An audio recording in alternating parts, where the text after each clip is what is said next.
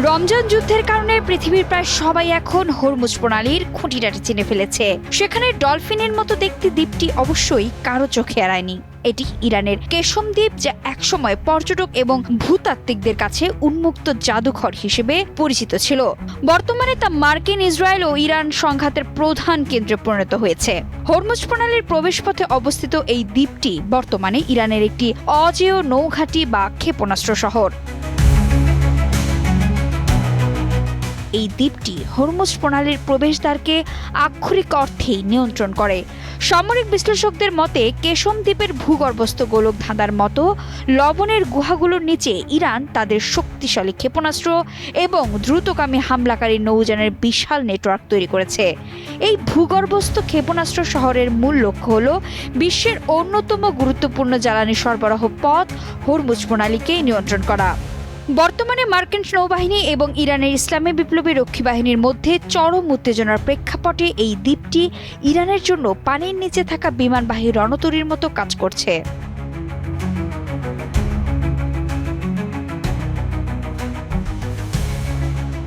মার্চের শুরুতে মার্কিন বিমান হামলায় দ্বীপটির একটি গুরুত্বপূর্ণ পানি শোধনাগার ক্ষতিগ্রস্ত হলে সংঘাত নতুন রূপ নেয়। এর ফলে দ্বীপের ৩০টি গ্রামের পানি সরবরাহ বন্ধ হয়ে যায়। এর জবাবে ইরান বাহরাইনে অবস্থিত মার্কিন ঘাঁটিতে পাল্টা হামলা চালায়। বর্তমানে এই উত্তেজনার কারণে হরমুজ প্রণালী দিয়ে জাহাজ চলাচল সীমিত হয়ে পড়েছে, যা বিশ্ব জ্বালানি বাজারে অস্থিরতা তৈরি করছে। মার্কিন প্রেসিডেন্ট ডোনাল্ড ট্রাম্পের প্রশাসন এই জলপথ সচল করতে নৌবহর মোতায়েনের চেষ্টা চালাচ্ছে। কেশম দ্বীপের ইতিহাস প্রাচীন এবং বৈচিত্র্যময়।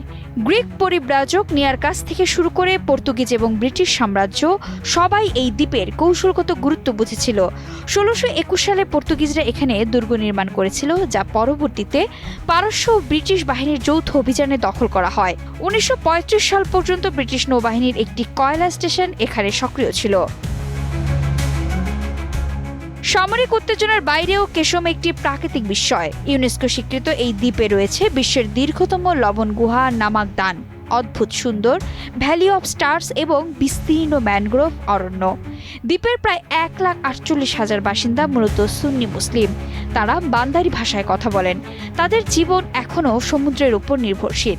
প্রতি বছর তারা নওরোজ সায়াদি বা জেলেদের নববর্ষ পালন করেন। প্রকৃতি এবং আধুনিক যুদ্ধের এক অদ্ভুত মোহনায় দাঁড়িয়ে কেশম দ্বীপ এখন কেবল একটি পর্যটন কেন্দ্র নয়, বরং বিশ্ব রাজনীতির এক ভাগ্য নির্ধারক রণক্ষেত্রে পরিণত হয়েছে।